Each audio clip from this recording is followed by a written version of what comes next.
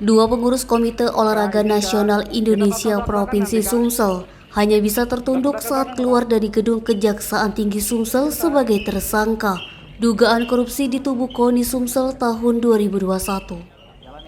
Dua pengurus yang dijadikan tersangka tersebut diketahui bernama Suparman Roman sebagai Sekretaris Umum KONI Sumsel yang juga sebagai pejabat pembuat komitmen. Serta satu tersangka lainnya yakni diketahui bernama Ahmad Tahir sebagai Ketua Harian KONI Sumsel periode 2020-2022. Keduanya oleh tim penyidik Pitsus Kejari Sumsel pada Kamis 24 Agustus 2023 resmi dijadikan tersangka kasus dugaan KKN KONI Sumsel tahun 2021. Dijelaskan Kalsipenkum Kejati Sumsel Fani Yulia Eka Sari SHMH. Sebelumnya yang bersangkutan telah diperiksa sebagai saksi dan berdasarkan hasil pemeriksaan disimpulkan telah cukup bukti terlibat dalam dugaan perkara yang dimaksud.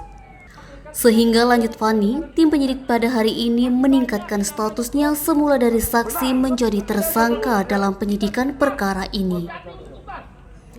Lebih rinci dikatakannya, modus yang dilakukan kedua tersangka tersebut yakni dugaan adanya pemalsuan beberapa dokumen pertanggungjawaban dana hibah.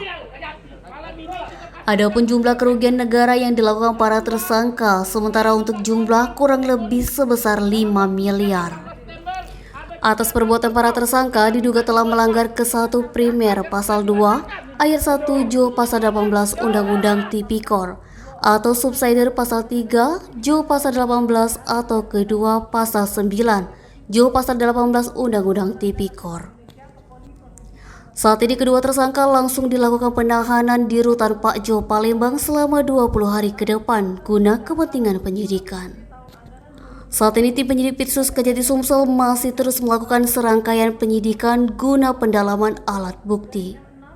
Sementara itu menjelang penetapan tersangka, sanak keluarga dan simpatisan para tersangka telah menunggu di gedung Kejati Sumsel sekitar pukul 16.00 waktu Indonesia Barat. Dan saat menjelang pukul 17.45 waktu Indonesia Barat, kedua tersangka turun dan disambut tangis haru para anak keluarga dan simpatisan dari para tersangka saat digiring menuju mobil tahanan. Bahkan salah satu kerabat tersangka sempat berteriak mengatakan Mosi tidak percaya terhadap Kejati Sumsel terhadap penetapan kedua tersangka. Fadli, Sumek.co melaporkan.